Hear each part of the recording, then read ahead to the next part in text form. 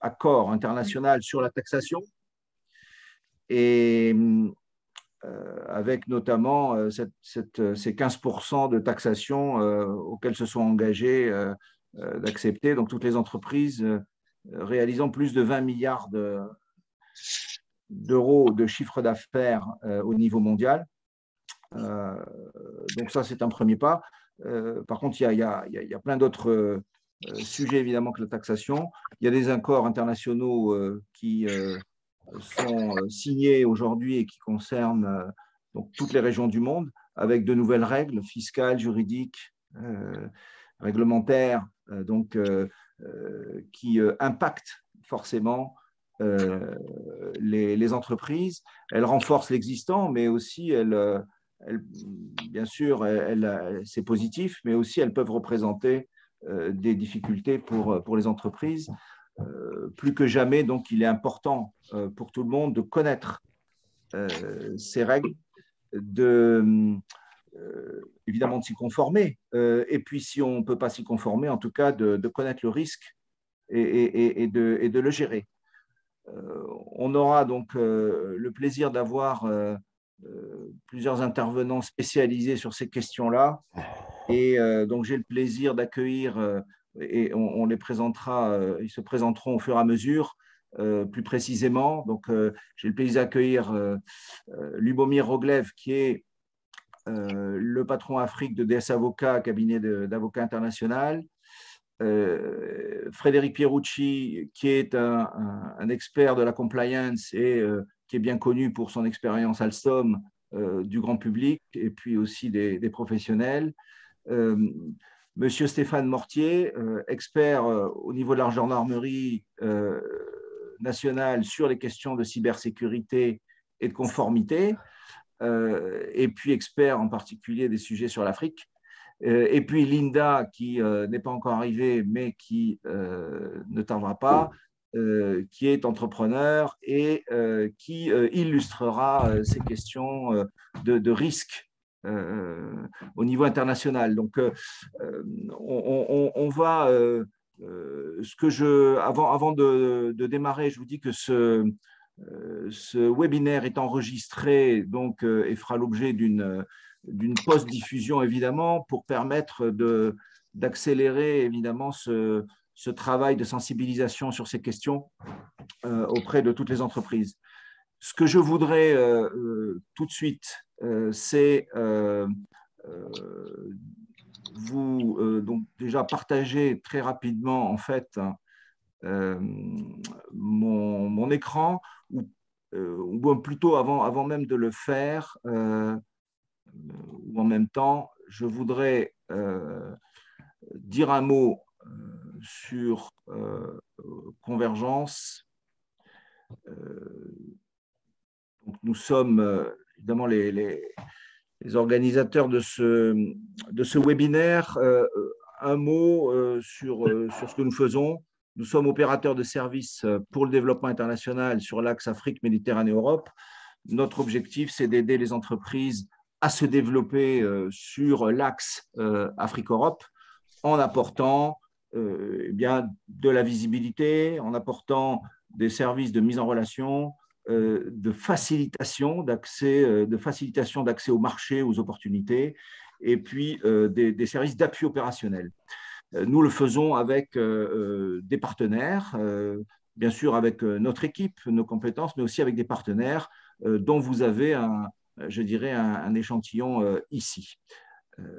Ce que je voudrais tout de suite, c'est donner la main à Monsieur Roglev, qui va nous présenter très rapidement DS Avocat. DS Avocat est donc sponsor de l'événement.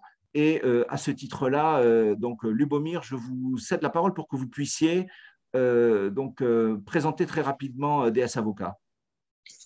Et peut-être faire la présentation sur mes sujets aussi. Bonjour à tout le monde. Et dans la foulée, vous ferez la présentation, mais on va revenir peut-être, on dira un mot juste avant que vous commenciez la présentation. D'accord. Bah, écoutez, en deux mots, DS Avocat est un cabinet, comme vous avez dit, d'avocats qui a été créé il y a 50 ans en France et qui aujourd'hui est un cabinet à l'échelle internationale, puisque Comme c'est indiqué dans le slide, nous avons 22 bureaux sur 4 continents, c'est-à-dire en Asie, Europe bien sûr, Amérique du Nord, Amérique du Sud et l'Afrique. Donc, nous avons une présence en Chine depuis à peu près 30 ans et puis une présence en Afrique depuis 6 ans.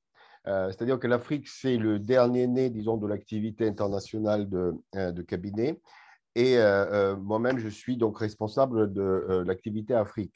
Alors, notre bureau se trouve à Dakar, au Sénégal, mais nous travaillons sur la base d'une plateforme de cabinets partenaires dans différents pays de l'Afrique. Et nous allons bientôt annoncer l'arrivée au sein du groupe DS d'un cabinet marocain. Hein, puisque bon, vous savez que le Maroc, quand même, est un hub important entre l'Europe et l'Afrique, et maintenant aussi entre Israël et Afrique et l'interdit Afrique. Hein. Il y a beaucoup de choses qui se passent à travers le Maroc. Donc, nous sommes un cabinet d'avocats classique d'affaires, c'est-à-dire que nous avons autant de conseils que de contentieux, hein, que ce soit en contentieux judiciaire ou contentieux arbitral, y compris en Afrique. Puisque bon, nous avons la possibilité avec nos confrères de plaider dans certaines juridictions en Afrique de l'Ouest. Donc, nous avons un contentieux judiciaire en Afrique de l'Ouest et auprès de la cour de Ouada à Abidjan. Donc, voilà en quelques mots. Notre activité en Afrique est assez large, comme j'ai dit, en conseil et en contentieux. Bien sûr, les matières classiques qui sont dans le droit des affaires, qui est le corporate, les PPP, l'énergie et dans le domaine d'énergie, etc. Mais aussi, nous avons développé depuis quelques temps une offre globale de cabinet en matière de conformité et intégrité au sens large. Puis je vais revenir pourquoi je parle de sens large et sens strict du terme, en tout cas pour nous les juristes. Et puis une activité spécifique par rapport à l'Afrique et par rapport au travail, enfin à l'Afrique et par rapport à l'impact que les institutions multilatérales financières internationales puissent avoir en matière de conformité et d'intégrité sur les affaires en Afrique. Voilà. Merci beaucoup, Lubomir. Ce que je voudrais, avant que vous repreniez tout de suite la parole, c'est de remontrer un peu à tout le monde les 3 sujets sur lesquels nous allons parler, que nous allons traiter. Et premier sujet, les DFI que vous allez traiter, Lubomir. Deuxième sujet, les risques traditionnels et nouveaux risques de conformité qui seront traités par Frédéric Pierucci. Et puis, la cybersécurité, conformité numérique, RGPD, contraintes et opportunités.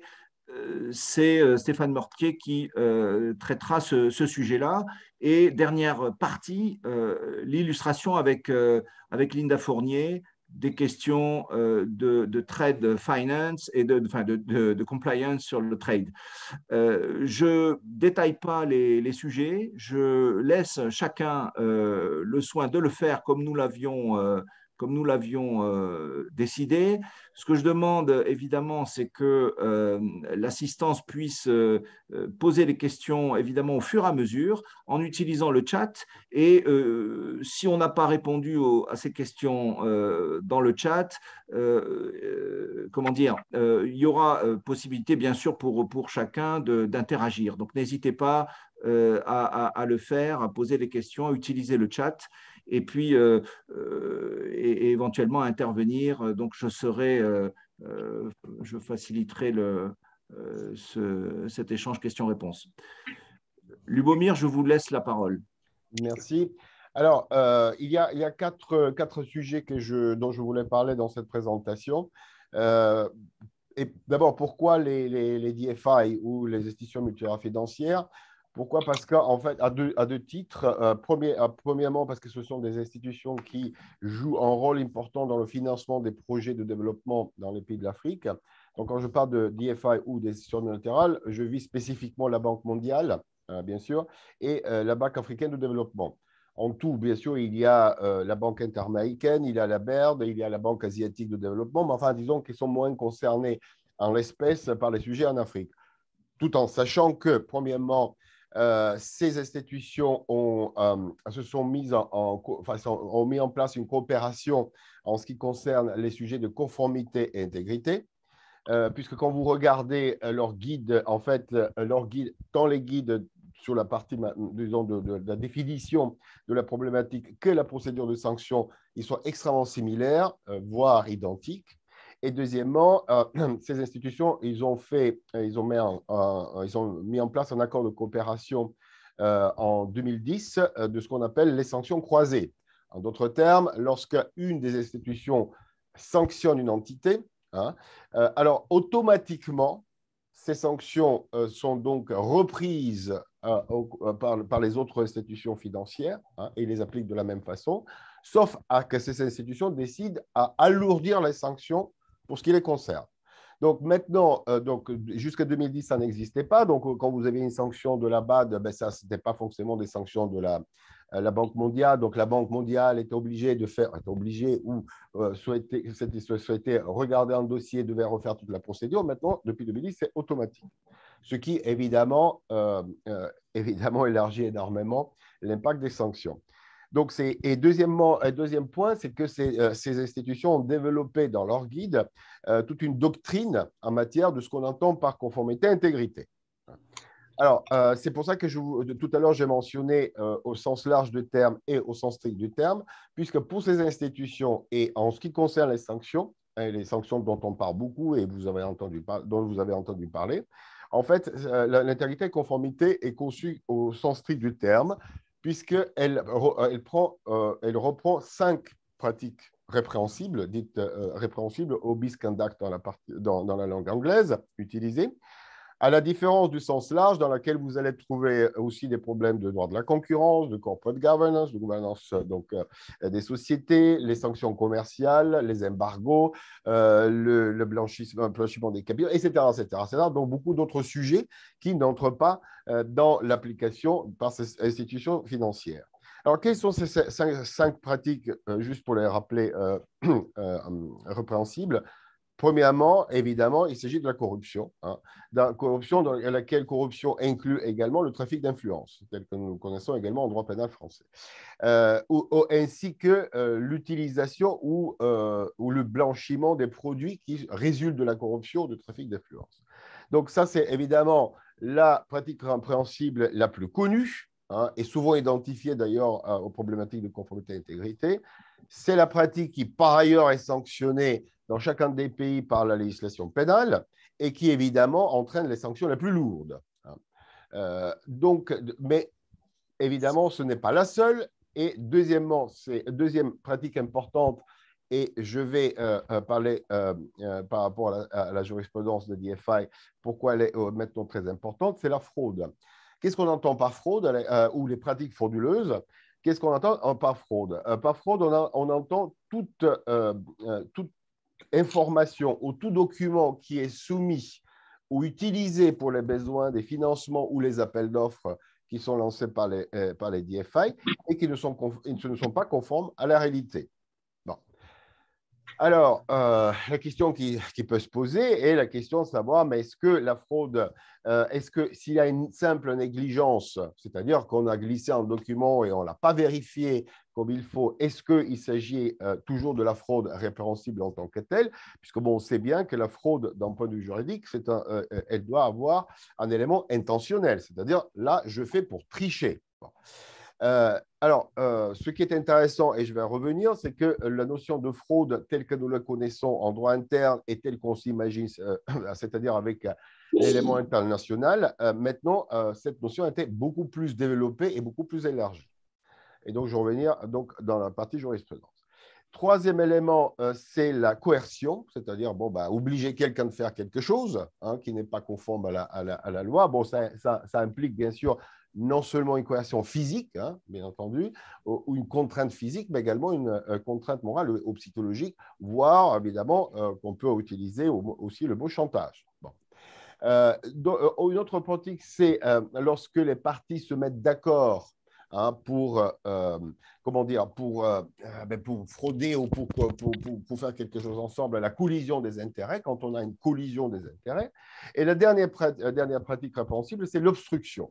Bon, l'obstruction, est généralement une pratique répréhensible qu'on retrouve au moment où il y a des procédures mises en place par les banques, les procédures donc de recherche ou de investigation auprès des différentes entités qui sont accusées d'avoir commis des pratiques répréhensibles. Donc, l'obstruction, c'est globalement ne pas donner des informations aux enquêteurs, faire tout possible à ce que les enquêteurs ne puissent pas avoir accès aux informations ou aux documents au sein des entreprises. Voilà les 5 pratiques répréhensibles qui sont classiques et maintenant bien dessinées par les guides des DFI et qui s'appliquent maintenant telles quelles et telles que formulées par ce guide-là. Et d'ailleurs, lorsqu'on reprend certains programmes de conformité intégrité des grands groupes ou des plus petits groupes ou de taille moyenne, eh bien, vous voyez qu'en fait, dans ces programmes élaborés par les entreprises elles-mêmes, elles systématiquement maintenant reprennent la définition de ces 5 éléments, de ces 5 pratiques. Et en fait, la définition maintenant est bien établie, d'autant plus qu'à la matière, l'OCDE a également repris en accord avec, par exemple, la Banque mondiale, ces notions telles qu'elles sont formulées par les DFI. Alors, pourquoi je parle de la dénonciation? Parce qu'en fait, dans toutes ces institutions, vous avez comment dire, un guide spécifique ou une procédure spécifique pour ce qui concerne la dénonciation. N'importe qui peut faire une dénonciation. Hein. C'est-à-dire qu'il suffit de cliquer sur le lien et la police ou la pratique qui est prévue par l'institution. C'est très facile. Vous allez sur le site et vous trouvez un onglet dans lequel vous voyez comment on fait la dénonciation. Hein. C'est-à-dire de reporter aux banques des éléments qui, d'après celui qui reporte, ou la fameuse histoire de whistleblowing, dont vous avez entendu beaucoup parler. Donc, vous dénoncez, bon, que vous êtes tout courant. Peut-être pour nos Lubomir, préciser cette histoire, parce que très rapidement, mais peut-être pour ceux qui nous écoutent. Préciser, pardon? Pour ceux qui nous écoutent, cette histoire-là, le cas dont vous parlez. Ah oui, je vais en parler, mais je vais juste d'abord introduire le sujet de la dénonciation. Donc, comme je disais, il y a une processus et des règles établies par ces banques-là ou par ces institutions que vous pouvez suivre et dénoncer auprès de ces institutions le fait que vous êtes tout courant. Hein, où vous avez des informations comme quoi telle et telle entreprise ou tel groupe a commis une ou plusieurs pratiques répréhensibles. Bon. Alors, donc, évidemment, ces dénonciations sont couvertes par la confidentialité, c'est-à-dire qu'il n'y a que la banque, enfin l'institution qui reçoit l'information et c'est lui qui donne l'information qui sont évidemment au courant de cette dénonciation. Personne d'autre, en principe, n'est censé être au courant. Et donc, elle permet, selon donc, les institutions, aux institutions, selon ces institutions, à avoir un accès, d'être alerté, de l'existence de ces éléments. Bon, le whistleblowing, comme vous savez, en France, en tout cas, on l'appelle des lanceurs d'alerte, généralement. Bon. Pourquoi je dis que c'est un outil de la lutte entre les concurrents? Puisque, et ça, c'est des vécus, ce dont je vous parle, c'est du vécu, de l'expérience. Donc, moi, je ne suis pas un théoreticien ou professeur de droit pour pouvoir faire des discours trop théoriques. Mais en tout cas, ce que nous avons constaté dans un de nos dossiers que nous avons suivis auprès de l'ABAD, un très grand groupe international qui était donc accusé d'avoir fraudé. D'avoir fraudé, c'est-à-dire d'avoir soumis des informations ou des documents qui sont faux, qui ne correspondent pas à la réalité, dans le cadre de plusieurs appels d'offres en vue de gagner les appels d'offres. Bon. Après avoir un petit peu exploré le sujet et après avoir beaucoup discuté avec les enquêteurs de la banque, nous avons constaté qu'en fait, la dénonciation a été faite par un des grands concurrents de ce groupe-là, qui est un concurrent direct dont le but était, évidemment, d'évincer son concurrent en le dénonçant et gagner ses parts de marché dans certains pays, notamment de l'Afrique de l'Est. Parce que le groupe en question était très fort dans ce domaine et dans ce secteur sur plusieurs marchés en Afrique de l'Est. Son concurrent voulait gagner donc des parts de marché. Il peinait, il n'arrivait pas parce que la qualité des produits, parce que j'en sais rien pourquoi, mais en tout cas, il n'arrivait pas à avoir des parts de marché. Et donc, ils ont pu trouver ce moyen, c'est-à-dire la dénonciation. Bon. Évidemment, à la suite de la dénonciation, la procédure d'investigation a été mise en place. Il y a eu bien sûr les découvertes, etc., etc. Et donc, du coup, une fois que les sanctions, nous sommes arrivés en accord transactionnel et les sanctions tombées, donc normalement, les sanctions sont, vous savez, l'impossibilité de travailler avec ou d'avoir des financements de ces institutions financières pour une période plus ou moins longue qui varie de 1 an jusqu'à 3, 5, 6, 8 ans. Hein. Mais on parlera à un moment de l'impact des sanctions. Et une fois prononcées les sanctions et officialisées, et comme l'entreprise ne pouvait plus travailler dans ces pays-là, et nous avons vu qu'au bout de quelques mois, ce concurrent a commencé à gagner des parts de marché là où notre client était fort. Bon. Évidemment, notre client a été très fâché. Il considérait évidemment que c'était totalement injuste. Bon, peu importe ces explications, mais ils ont commencé à leur tour de chercher si leurs concurrents avaient commis des fraudes. Donc, ils ont trouvé des fraudes de ce concurrent qui les avait dénoncés. Donc, eux, à leur tour, l'ont dénoncé auprès de la Banque mondiale parce que c'était des dossiers gérés par la Banque mondiale. Du coup, il y a une procédure, bien évidemment, de sanctions. L'entreprise a été sanctionnée quelques temps plus tard. Et lorsque notre client est sorti des sanctions, c'est en ce moment-là que son concurrent était sanctionné et les sanctions officialisées. Et du coup, notre client a commencé à récupérer ses parts de marché.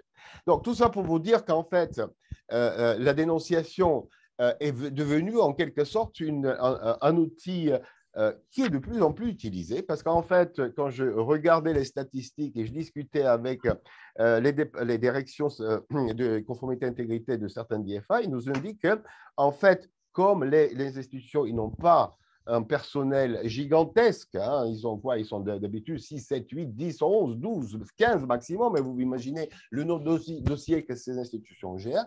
Eh bien, à peu près 85 ou entre 80 et 90% des cas qui, pour commencer une procédure de sanction, d'investigation et de sanction, c'est sur la base de dénonciation. Ce qui, à l'époque, comme il n'existait pas en tant que tel, on peut regarder qu'au fil des années, en fait, les cas de procédure d'investigation et de sanction a énormément augmenté. Donc, grâce ou à cause, ça dépend du point de vue, donc de cette dénonciation. Bon. Il y a des personnes qui vont vous dire qu'il ne s'agit pas uniquement de dénonciation, mais d'une délation carrément. Mais bon, ça, c'est notre sujet et qui ne fait pas partie de nos discussions d'aujourd'hui. Alors, quelles sont parce que je vois que le temps passe vite, quelles sont les leçons à tirer de la dernière jurisprudence? Je dis jurisprudence, pas parce que ce sont des institutions judiciaires, bien entendu, mais enfin, c'est un mot commun pour dire la pratique en matière de sanctions de la part de DFI. Premier constat est que la grande majorité des cas de sanctions proviennent de la fraude. C'est-à-dire la cause, c'est la fraude et pas la corruption. Alors qu'autrefois, quand je parle autrefois, il y a 10, 15 ans, mais évidemment, la première cause était la corruption. Maintenant, c'est la fraude qui prime, hein, statistiquement parlant. Peut-être parce qu'à l'époque, la fraude n'était pas considérée comme quelque chose d'extrêmement dangereux, disons, par rapport à la corruption. Et donc, compte tenu du fait qu'il était difficile pour les banques de chercher des cas et la dénonciation était moins importante, donc il n'avait quasiment que des cas de corruption et qui étaient beaucoup médiatisés, comme nous le savons bien. Mais maintenant, c'est la fraude. Alors, la fraude, ce qui est intéressant, c'est aussi que la notion de la fraude dans la pratique a beaucoup évolué ces dernières années. Comme je disais tout à l'heure, pour nous, la fraude, généralement, quand on dit fraude, ça implique un élément intentionnel.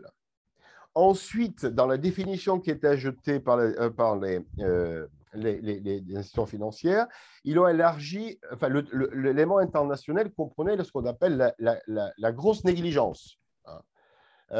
Et maintenant, ce que nous avons constaté les derniers 5-6 ans, qu'il peut s'agir de toute négligence. C'est-à-dire que, écoutez, vous êtes celui qui fait les appels d'offres.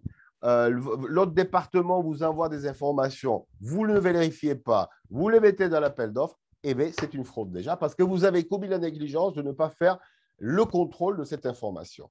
D'où l'importance maintenant dans les programmes de conformité et intégrité et de mettre en place des procédures de ce qu'on appelle le double contrôle, le triple contrôle, hein, des procédures internes de diligence qui permettent donc à filtrer l'information, de vérifier l'information plusieurs fois parce qu'en fait, le moment venu, ce n'est pas qu'on va vous dire que vous n'avez pas commis de fraude, mais en tout cas, ça va jouer à atténuer la responsabilité et savoir la sanction. Hein, c'est un élément atténuant. Parce que, par exemple, pour vous dire, dans un des dossiers que j'ai traité, ce qui était extrêmement intéressant, qu'en projet qui était soumis comme référence dans 5 différents appels d'offres, il y avait des chiffres différents. Hein, des chiffres différents. Bon.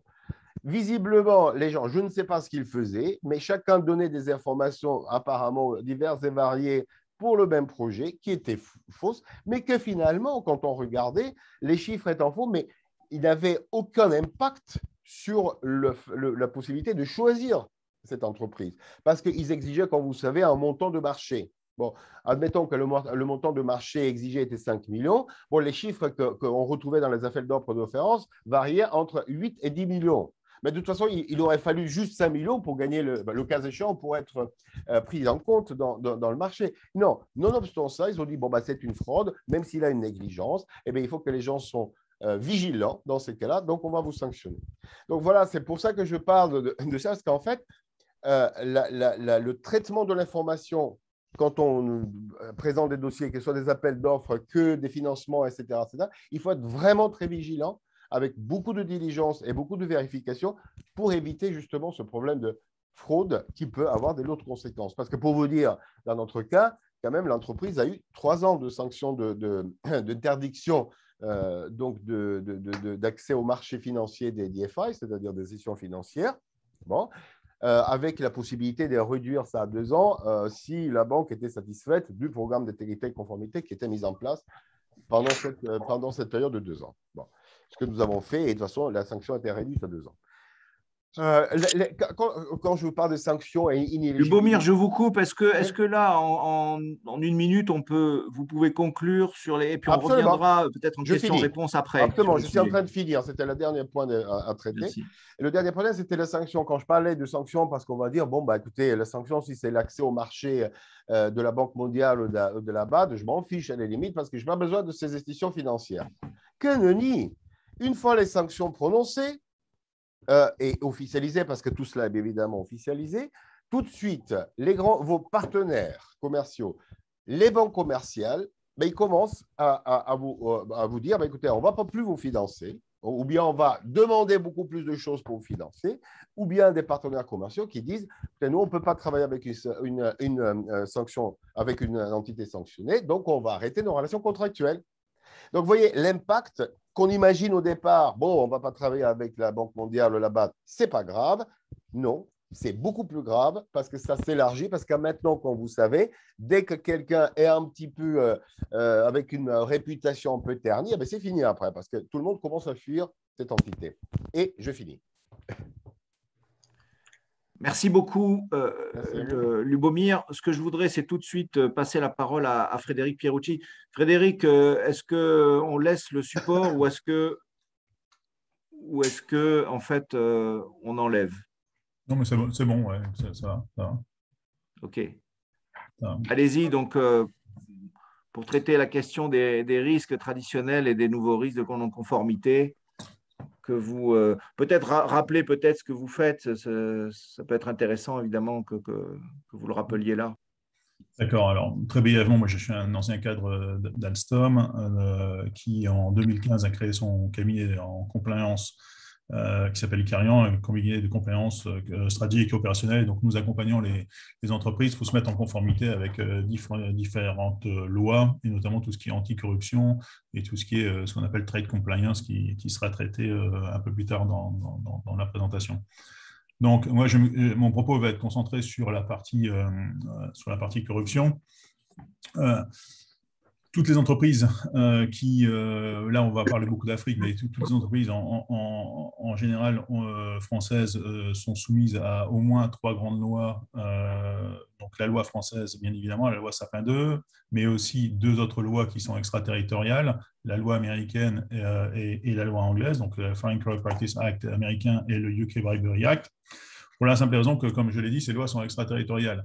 Alors, extraterritorial, ça veut dire quoi? Ça veut dire que, notamment, par exemple, pour la loi américaine, il suffit que dans vos transactions, il y ait un lien de rattachement, même minime, avec le territoire américain pour que les autorités américaines s'arrogent le droit de poursuivre ces transactions si elles sont frauduleuses. Donc, cette extraterritorialité se fait par deux grands canaux, on va dire. Le premier canal, ça va être l'utilisation du système financier américain et notamment du dollar. Donc, si vous faites des contrats entre la France et l'Algérie en dollars, vous allez être sous loi américaine. Et le deuxième lien de rattachement, c'est tout ce qui va être outil numérique, on va dire, de manière large, et notamment les emails. Si, dans le cadre de vos négociations de vos contrats, vous envoyez des emails qui sont stockés ou qui transitent via des serveurs américains, notamment, vous êtes sous loi américaine. Donc, avec ces deux liens de rattachement, en gros, quasiment toutes vos transactions devraient être considérées comme étant sous la loi américaine parce que c'est difficile d'y échapper. La loi anglaise, c'est un peu plus compliqué. C'est à partir du moment où vous avez une filiale en Angleterre. Si certains d'entre vous ont des filiales en Angleterre, à partir du moment où vous avez une filiale en Angleterre, tout le groupe est sous loi anglaise. Donc, ça, c'est la mauvaise nouvelle. Vous avez ces trois grandes lois, plus les lois dans les pays dans lesquels vous exportez. Si vous travaillez avec l'Algérie, vous avez la loi locale qui s'applique. Alors, ces lois, heureusement, ne sont pas trop contradictoires, et la loi Sapin 2 étant la dernière des grandes lois, à partir du moment où vous mettez en conformité avec la loi Sapin 2, en gros, vous serez en conformité avec le reste des autres lois. Par contre, mise en conformité avec la loi Sapin 2, ça veut dire qu'il faut mettre en place 8 piliers dans la loi Sapin 2, donc un code de conduite, une vérification d'intégrité des parties tierces, notamment des intermédiaires commerciaux, cartographie des risques, ligne de donneurs d'alerte, etc., etc. Donc c'est un programme très très lourd qui est imposé aux entreprises de plus de 100 millions d'euros de chiffre d'affaires et 500 employés, mais qui est fortement suggéré pour les entreprises qui sont en dessous de ce seuil. Nous sommes le seul pays qui impose à leurs entreprises, au-dessus d'un certain seuil, de certaine taille, de mettre en place ces programmes de conformité. Les Américains et les Anglais disent à leurs entreprises, en gros, nous vous conseillons de mettre en place un programme de compétences anticorruption. Alors les Américains, c'est 10 points, les Anglais, c'est 6 points, mais il n'y a pas cette obligation de le faire. En France, on a l'obligation de le faire au-dessus de 100 millions d'euros de chiffre d'affaires et 500 employés.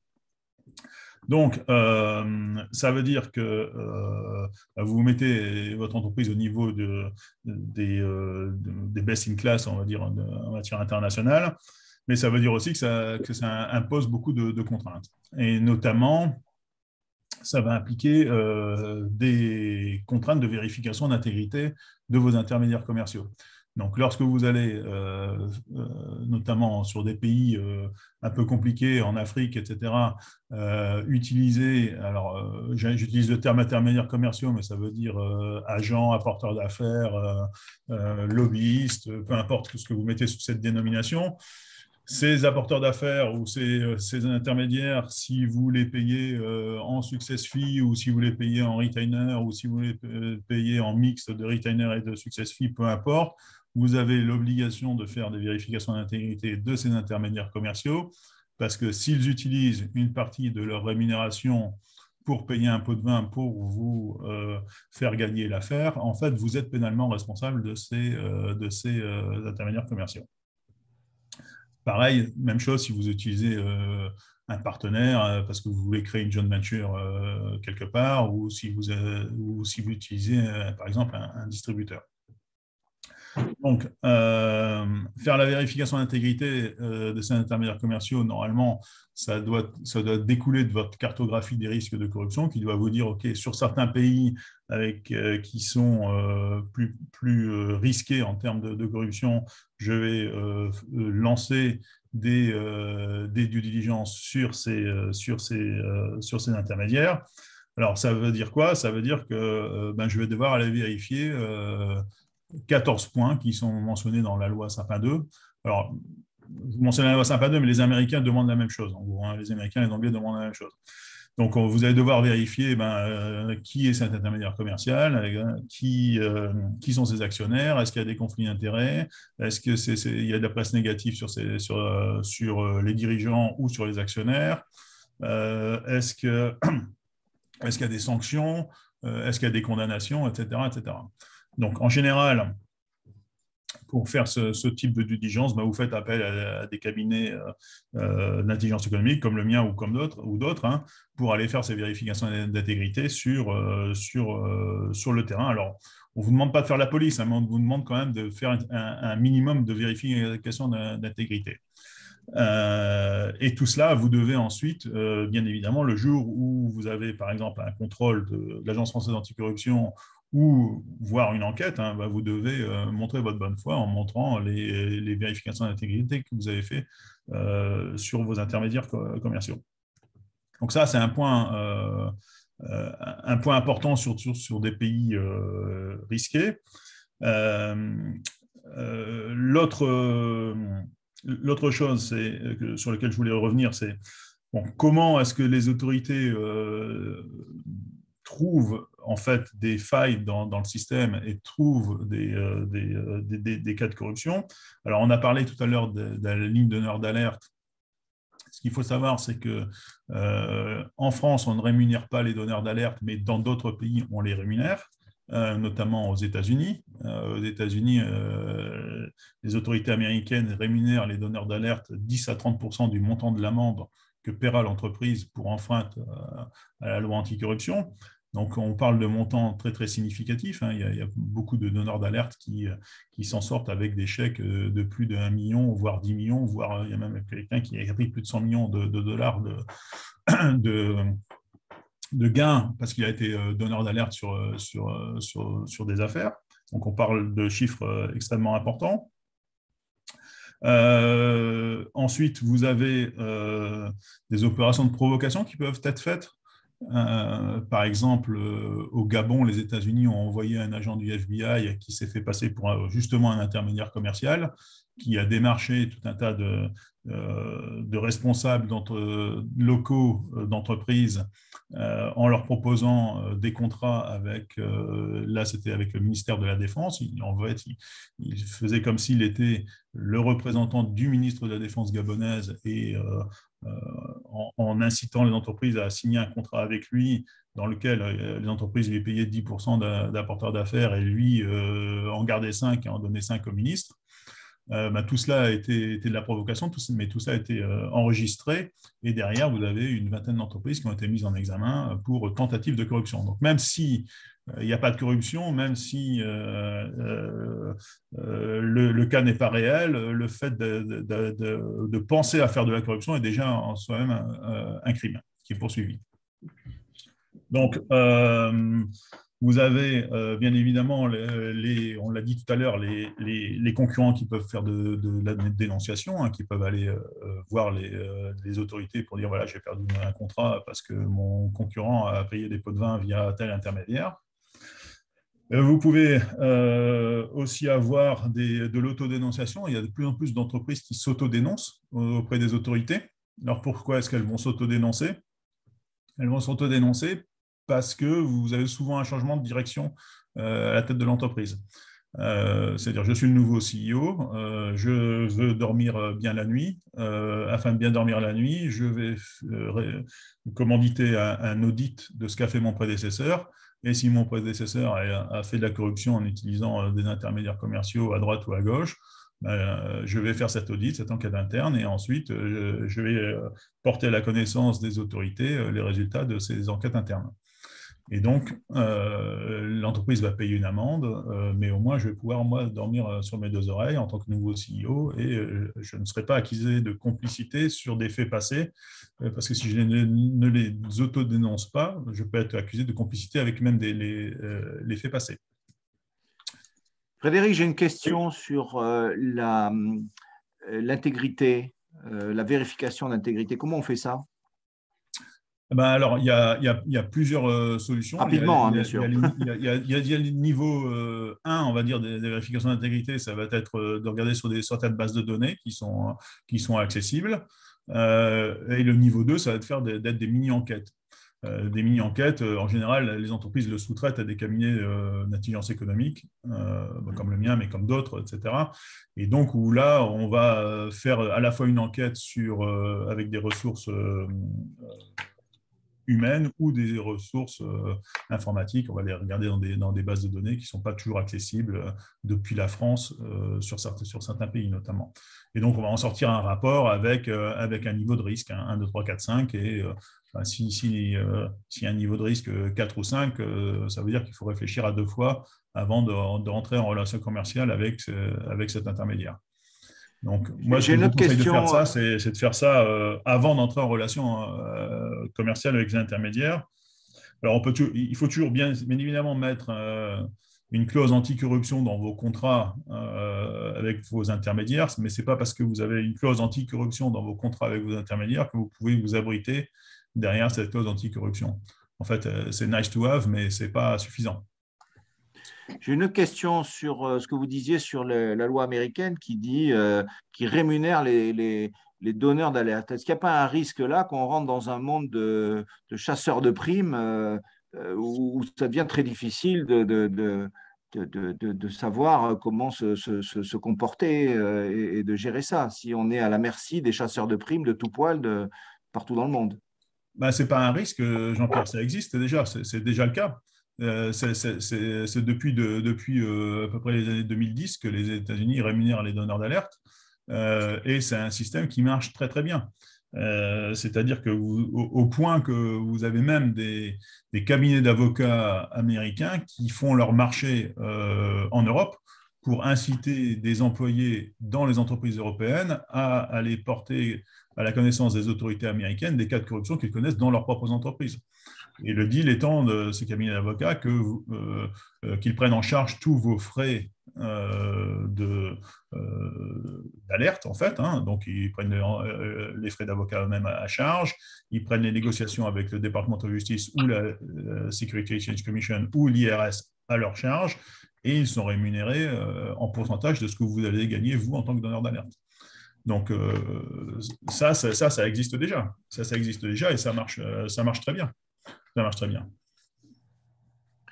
Est-ce que ça peut aujourd'hui se toucher des entreprises peut-être de moindre importance ou alors sur des affaires de moindre importance qui évoluent justement sur l'axe Europe-Afrique?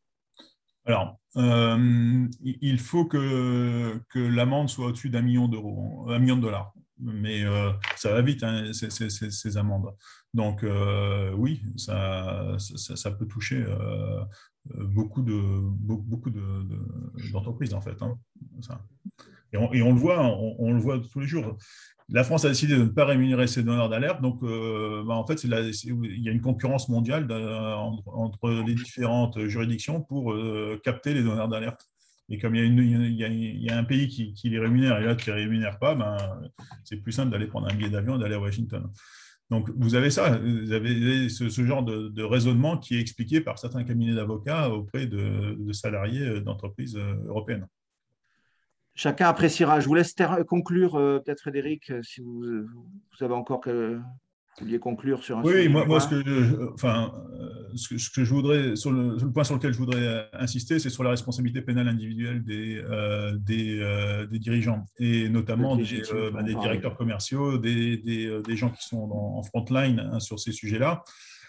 Parce que au bout du compte, si quelque chose se passe mal, c'est eux qui vont être en premier poursuivis. D'accord ? Ça va être les directeurs de zone, les patrons Afrique, les patrons de business délocalisés, les patrons locaux, etc.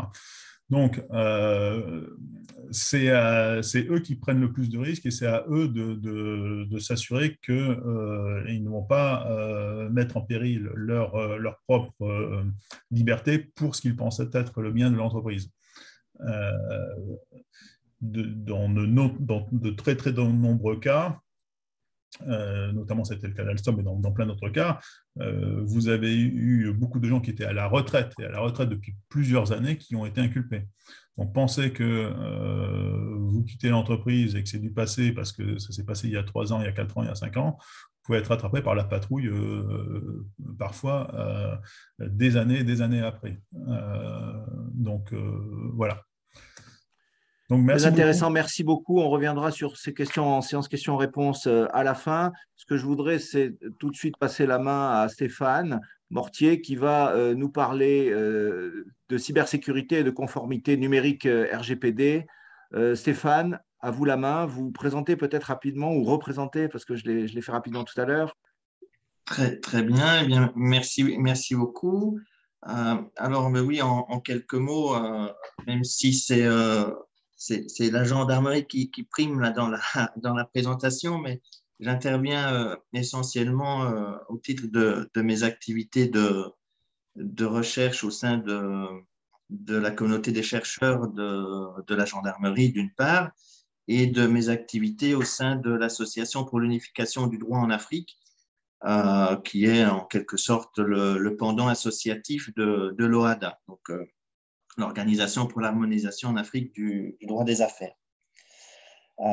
Et c'est à ce titre que j'aborde notamment les questions relatives à la cybersécurité et plus spécifiquement aux données personnelles, même si ce n'est pas une législation harmonisée dans le cadre de l'OHADA aujourd'hui, si ce n'est sur certains aspects comme la signature électronique et ce genre de choses, mais qui ne sont pas le sujet aujourd'hui. On savait peut-être avant que vous commenciez, on ne savait pas tellement ce que fait, on sait pas tellement ce que fait la gendarmerie nationale française dans ces sujets. Est-ce que voilà, ça fait longtemps que la gendarmerie est engagée sur ces sujets. Il y a une vraie organisation qui s'est mise en place autour de ça. Vous pouvez en dire un mot? Alors oui, oui, bien sûr. Alors, organisation, oui. Engagée aussi, bien sûr, mais ça se limite au territoire national, hein. Par contre, lorsque l'on est confronté à des textes tels que le RGPD, sur lequel je reviendrai, eh bien, on a un volet extraterritorial. Donc, ça ne concerne pas que le territoire national, ça va au-delà. La mission sur des sujets tels que cela, c'est la sensibilisation des opérateurs économiques aux risques auxquels ils sont confrontés en matière de conformité de façon générale et en ce qui me concerne, notamment en matière de données personnelles. Donc, l'entreprise française y est confrontée lorsqu'elle a une implantation ailleurs dans le monde, puisqu'il y a un volet extraterritorial sur lequel je vais évidemment revenir. Je vous passe votre slide support. Très bien, merci. Donc, je commencerai en revenant sur ce qu'on entend par une donnée personnelle. Je pense que c'est important d'y revenir parce qu'on a toujours l'impression qu'une donnée personnelle, ben, c'est un nom, un prénom, une date de naissance, une adresse postale, mais ça va bien au-delà. C'est toute donnée qui permet d'identifier directement ou indirectement une personne physique.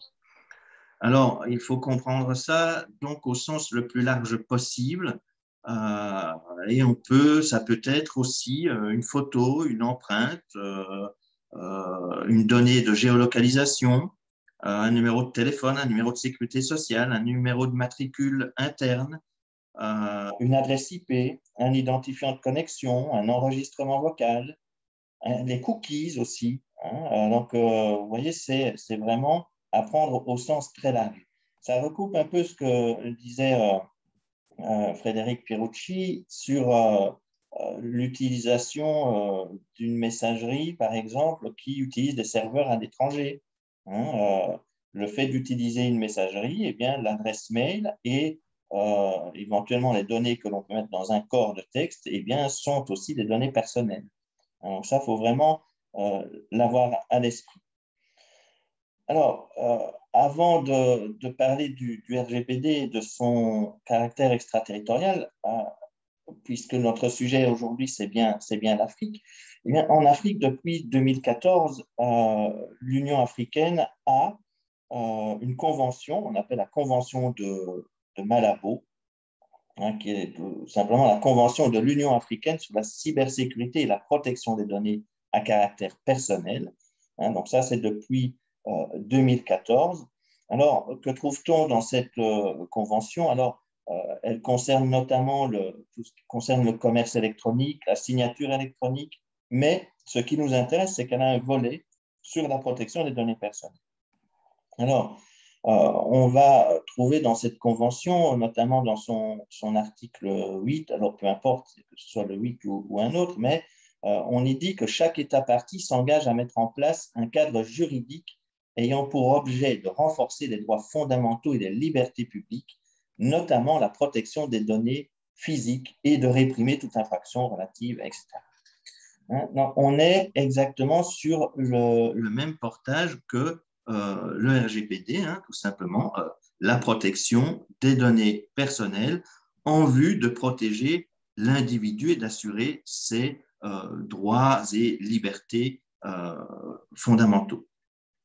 Donc ça, c'est important de souligner. Et puis ensuite, la Convention impose également, on verra que ce n'est pas si simple, à chaque État de mettre en place une autorité en charge de la protection des données personnelles. Donc chaque État partie s'engage à mettre en place une autorité, un peu l'équivalent d'une CNIL, au sein de leurs institutions. Alors, pour l'instant, et les chiffres que je vous ai donnés sur le slide ne sont pas bons, ce sont ceux d'avant la crise, mais bon, la crise étant passée par là, la vie ne s'est pas forcément arrêtée, donc on n'est plus sur 25 pays comme je l'ai indiqué, mais sur 32. Mais concernant la Convention de Malabo, seuls 14 pays sur les 55 pays africains l'ont signé. Hein, ces 14 pays sont le Bénin, le Tchad, les Comores, le Congo, le Ghana, la Guinée-Bissau, la Mauritanie, le Sierra Leone, Sao Tomé et Principe, la Zambie, le Togo, la Tunisie, le Rwanda et le Mozambique. Mais 9 seulement l'ont ratifié. Hein, donc, finalement, l'application de cette convention reste relativement, je dirais, limitée. Ceci dit, cela n'empêche pas les États africains à disposer eux-mêmes de législation sur la protection des données. À ce titre, 32 États disposent d'une loi sur la protection des données personnelles. Donc ça, c'est important aussi d'avoir à l'esprit, on en reviendra en conclusion, que ce n'est pas parce qu'il y a une convention internationale, ce n'est pas parce qu'il y a un volet extraterritorial du RGPD que les États dans lesquels on peut avoir une activité n'ont pas eux-mêmes une législation spécifique sur le sujet. Donc ça, c'est important de l'avoir à l'esprit également. Par contre, bien que 32 États disposent d'une législation, seulement 17 États à l'heure actuelle sont dotés d'une autorité de protection des données personnelles en charge d'appliquer la législation e-douane, qu'elle soit nationale ou internationale, et éventuellement une certaine forme de respect du RGPD, mais on y reviendra. Alors, ces 17 pays, alors je peux vous les donner, hein, c'est l'Afrique du Sud, l'Angola, le Bénin, le Burkina Faso, le Cap-Vert, le Gabon, le Ghana, le Mali, l'île Maurice, le Maroc, le Niger, le Nigeria, l'Ouganda, Sao Tomé et Principe, le Sénégal, le Tchad et la Tunisie. Alors, Stéphane, on pourra retrouver ces données-là, ces informations que vous donnez quelque part Oui, je vais vous préparer un petit document et je vous donnerai tout ça. Super, ou dans un article, hein, comme on l'avait dit. Dans un article, hein, je vais m'atteler à cela très rapidement.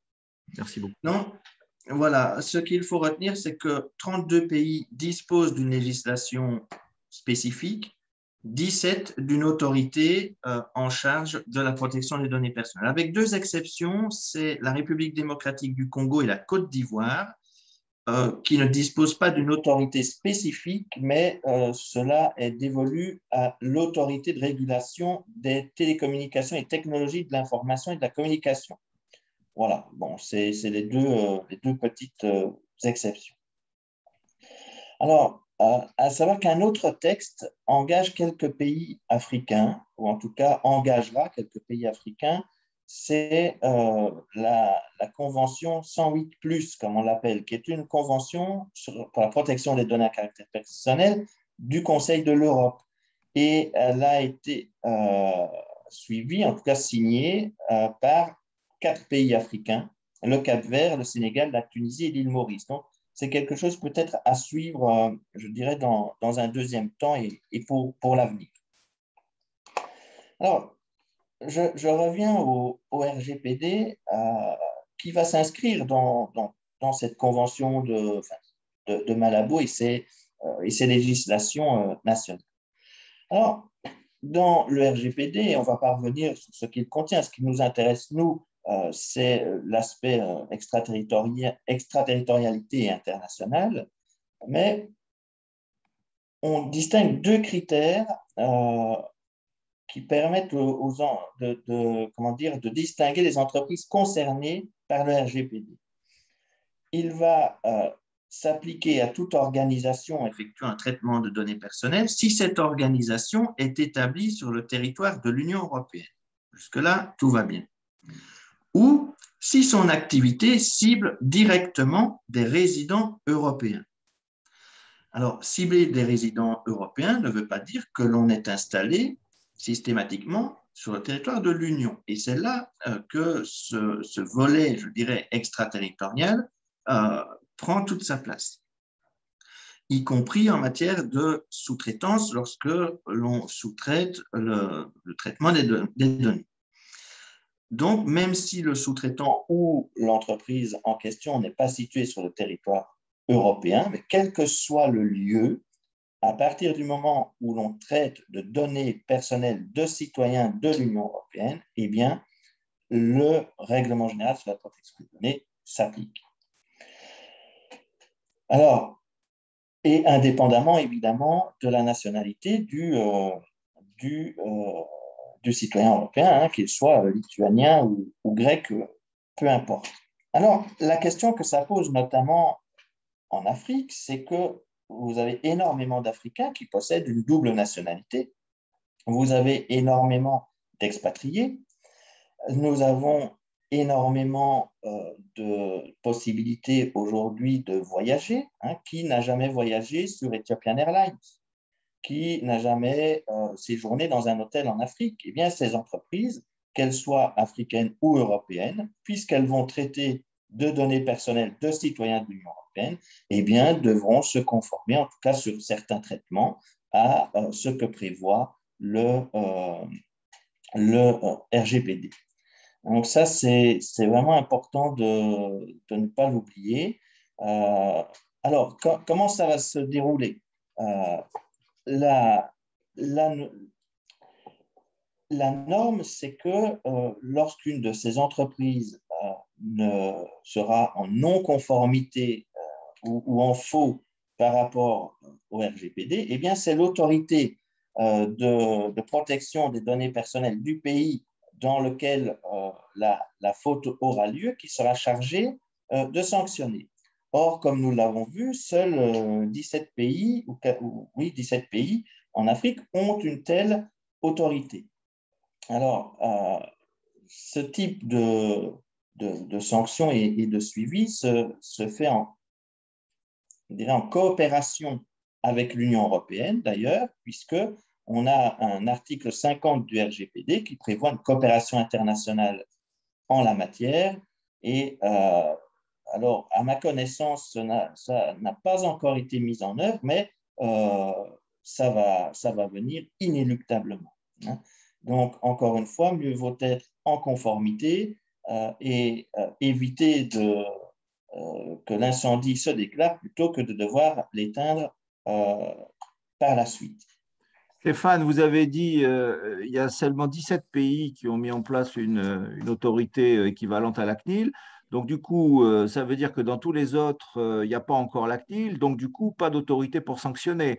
Ça ne veut pas dire pour autant, comme vous le disiez, que je peux être tranquille, en fait, enfin, ou je peux faire ce que je veux, faire n'importe quoi. Parce que ce serait beaucoup trop facile. À partir du moment où… Alors, tout dépend de la nationalité de l'entreprise ou de l'institution, enfin de l'association, en tout cas de l'établissement en question, hein, et de voir de quelle législation il relève. Mais effectivement, il y a quand même une difficulté, et je ne vais pas dire un vide juridique, mais en tout cas un flou juridique pour l'instant dans certains pays qui ne disposent pas d'autorité, hein. Ce qui n'implique pas, évidemment, de ne pas l'anticiper et de ne pas être en conformité, tout simplement. Oui, puisque Alors, là, je peux très bien me faire recadrer par la CNIL, par exemple en France, par exemple. tout dépend d'où ont lieu les activités, mais oui, tout à fait, puisque à partir du moment où il y a un traitement de données personnelles d'un citoyen européen, on s'expose à une sanction de l'autorité du pays en question. Euh, alors, est-ce que c'est la CNIL ou, si on prend le cas de la France, bien sûr, qui sera compétente, ou l'autorité du pays africain en question? C'est là où c'est pas toujours très clair, pour le moment. Mhm. Alors, autre point, et puis je terminerai avec quelques petites pistes de réflexion. Nous avons quelque chose qui se prépare et qui a déjà fait de grands pas en Afrique, c'est la zone de libre-échange continentale africaine, la ZECAf. Eh bien, je dirais que cette zone de libre-échange, elle va prôner non seulement la libre circulation des marchandises, mais également, euh, si l'on considère aujourd'hui la donnée personnelle comme ayant une valeur, la libre circulation des données personnelles, hein. Le commerce numérique est basé exclusivement ou presque exclusivement sur l'utilisation de données personnelles. Alors, pour l'instant, il n'y a rien de très abouti là-dessus, mais je pense que l'Union africaine se dotera d'outils, et ce sera certainement une révision de la Convention de Malabo, hein, qui sera un peu plus proche des dispositions et des systèmes de protection prévus par le RGPD, tout simplement. Donc, et là, finalement, ce sera une victoire un peu du droit européen à l'extérieur de l'Union. Hein, ça, c'est quelque chose qui est à surveiller dans le cadre du développement de la ZLECAf.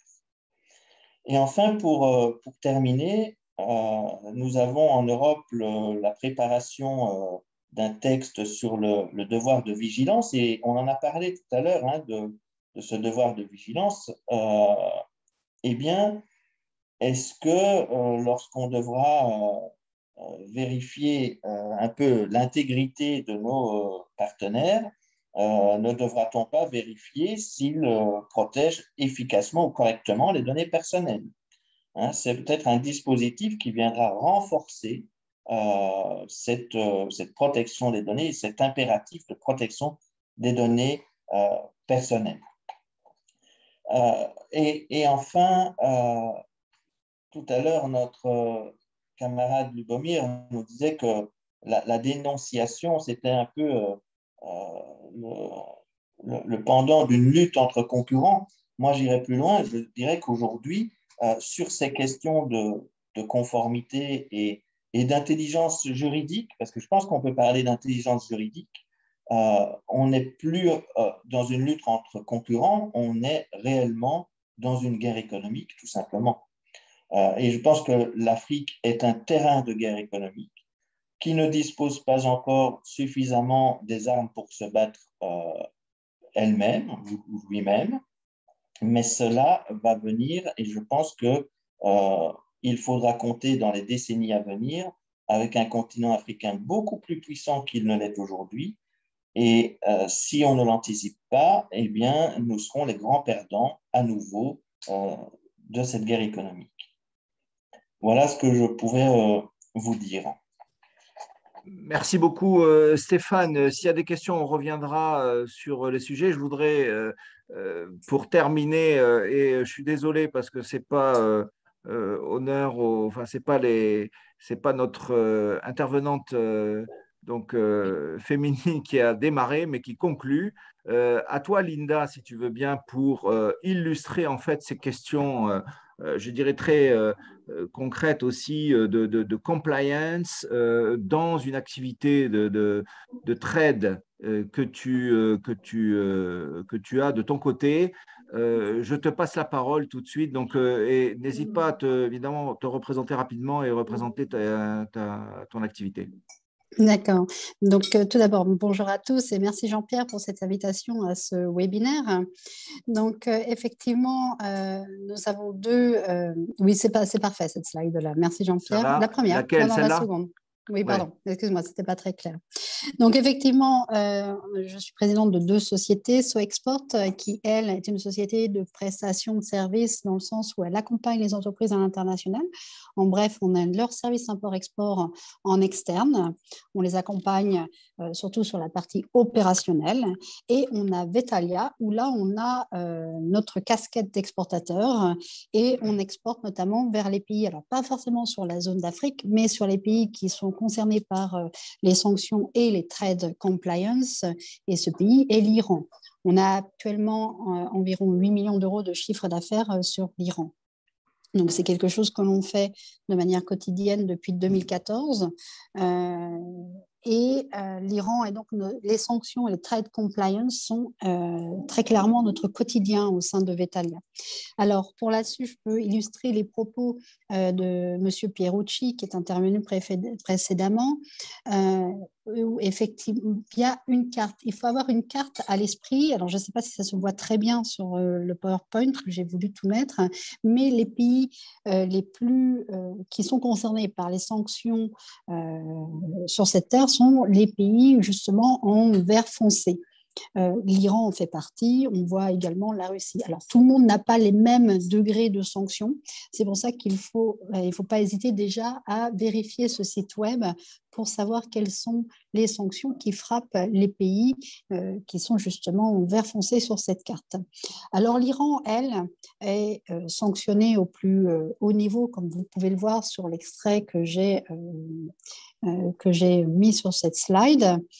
Donc, nous, notre quotidien par rapport à ça, où on fait du négoce d'additifs et de prémélange pour les nutrition animale, donc produits hors sanction, mais on peut vite être tombé sous le joug de toute cette réglementation américaine et également réglementation française liée au contrôle des exportations.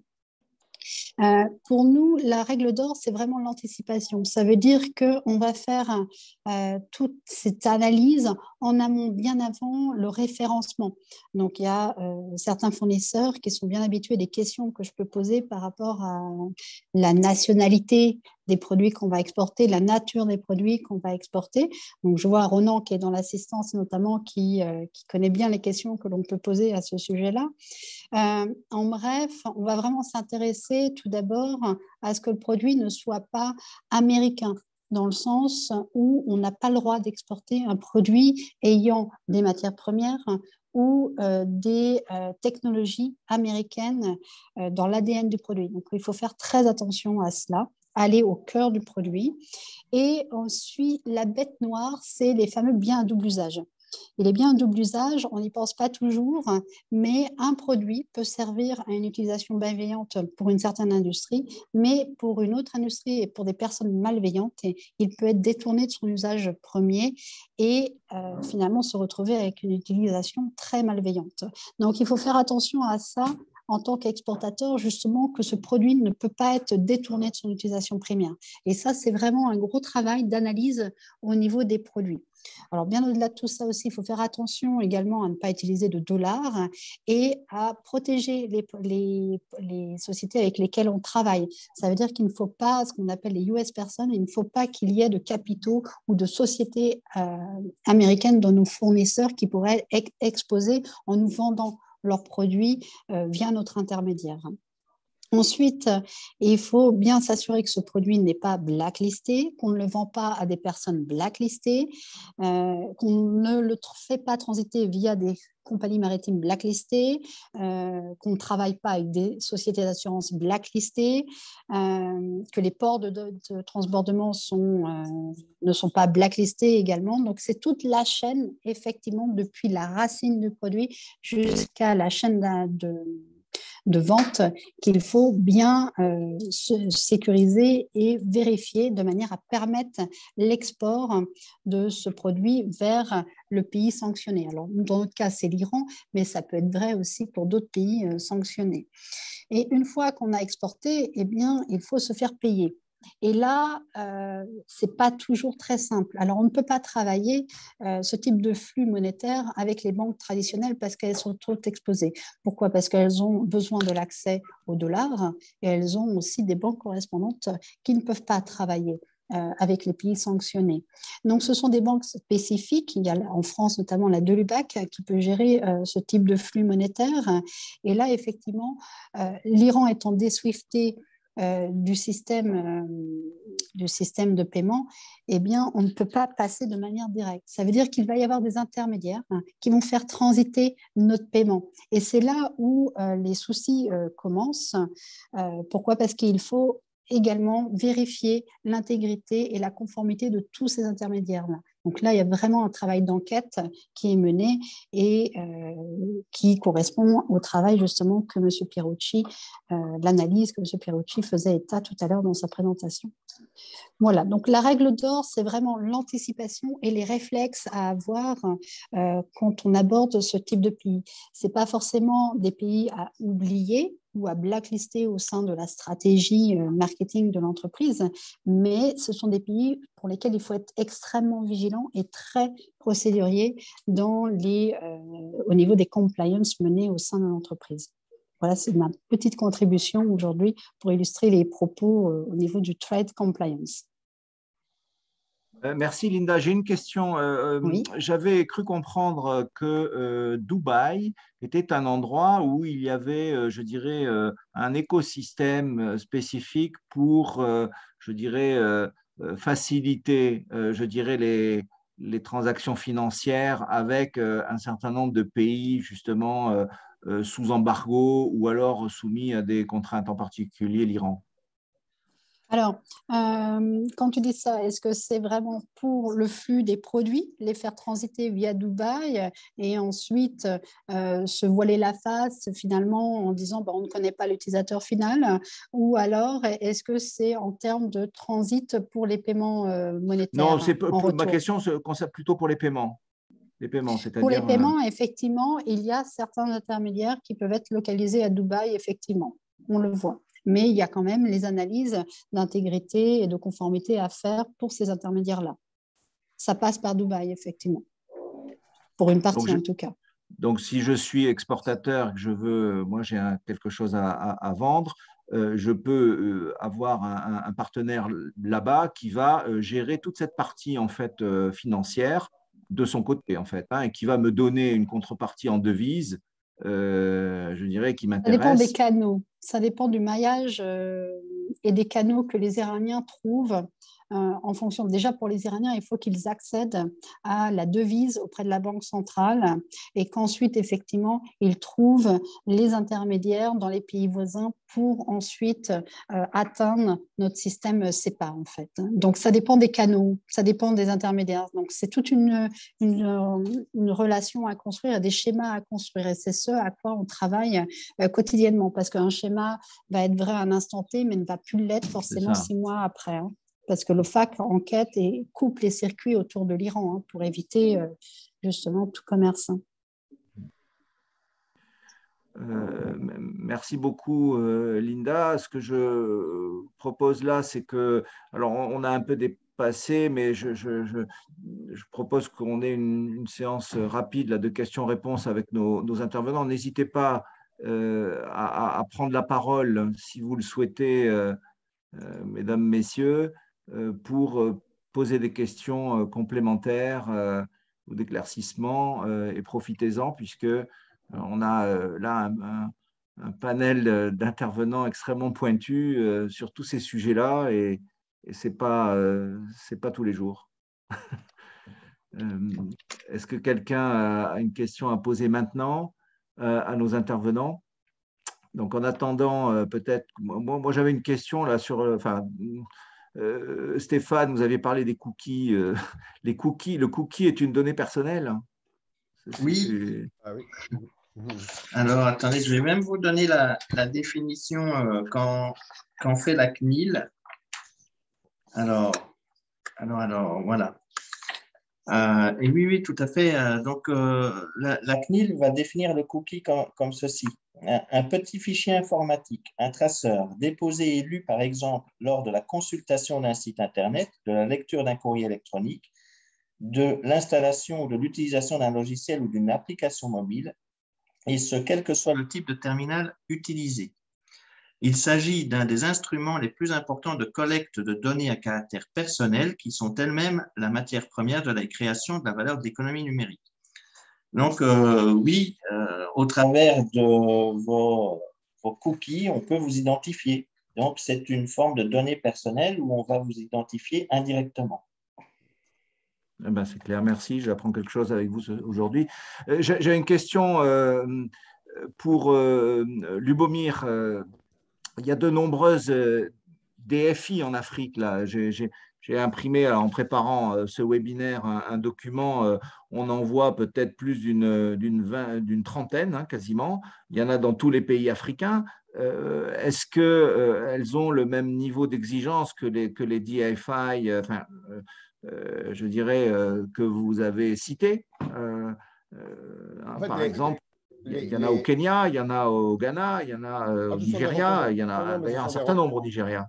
Non, mais les DFI sont en fait 5 ou 6. Hein, de toute façon, vous avez la Banque mondiale qui couvre le monde entier, le nom l'indique. Vous avez la Banque d'Afrique de développement pour ce qui concerne l'Afrique, la Banque asiatique de développement pour l'Asie, vous avez la Banque européenne de développement donc pour l'Europe, et vous avez la Banque interaméricaine, hein, qui est pour les Amériques.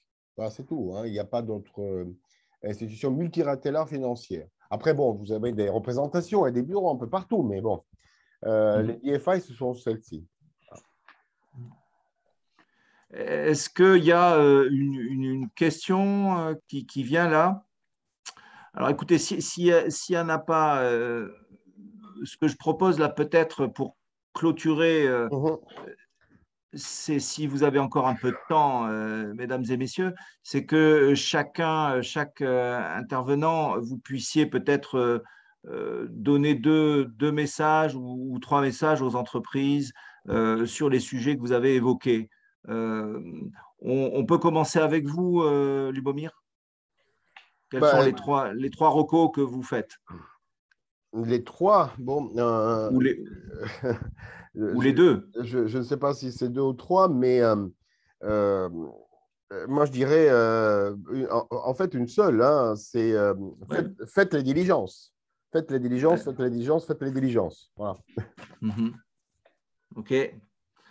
Très bien. Et, Frédéric? Oui, Jean-Pierre. Un conseil pour nos exportateurs?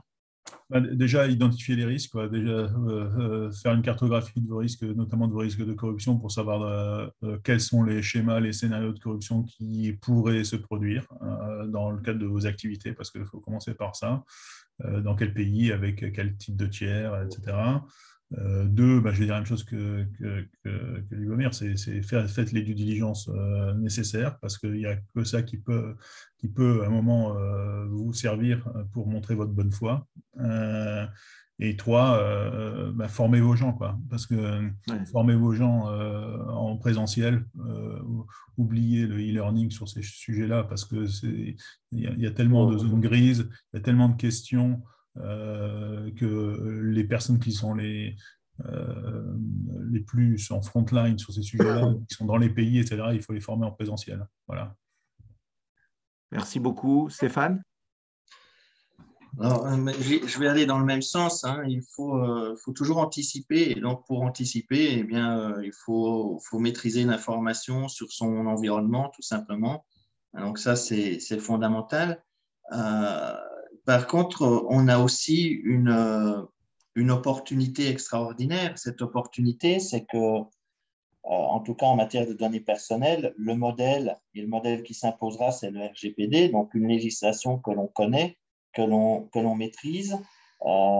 Et donc, on peut aller loin de chez nous, mais avec quand même un petit avantage, c'est qu'on n'arrive pas dans des législations qui nous sont totalement inconnues.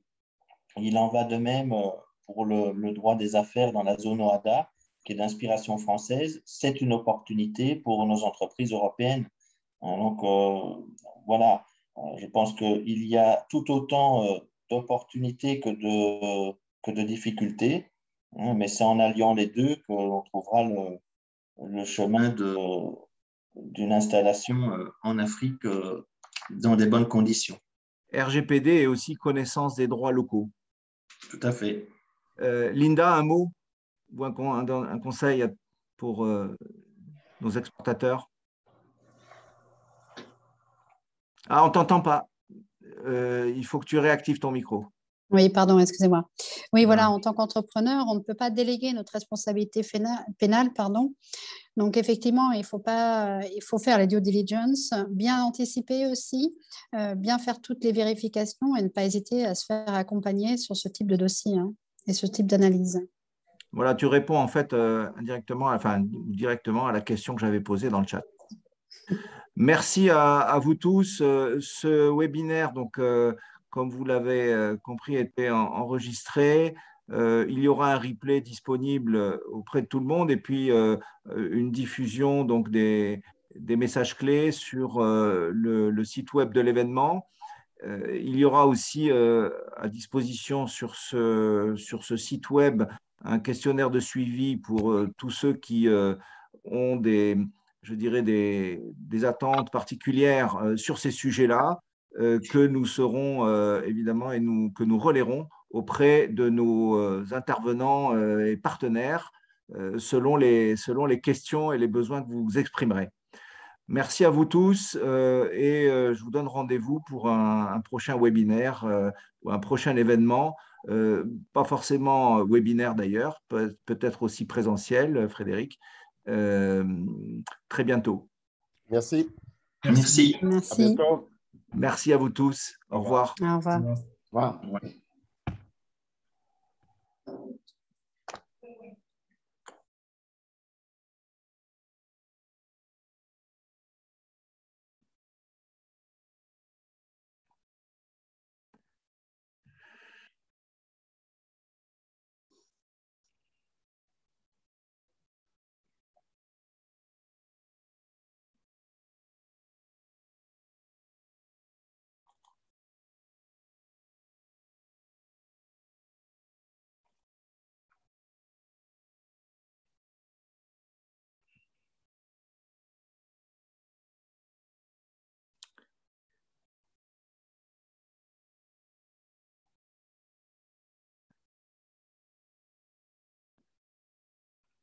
À très bientôt.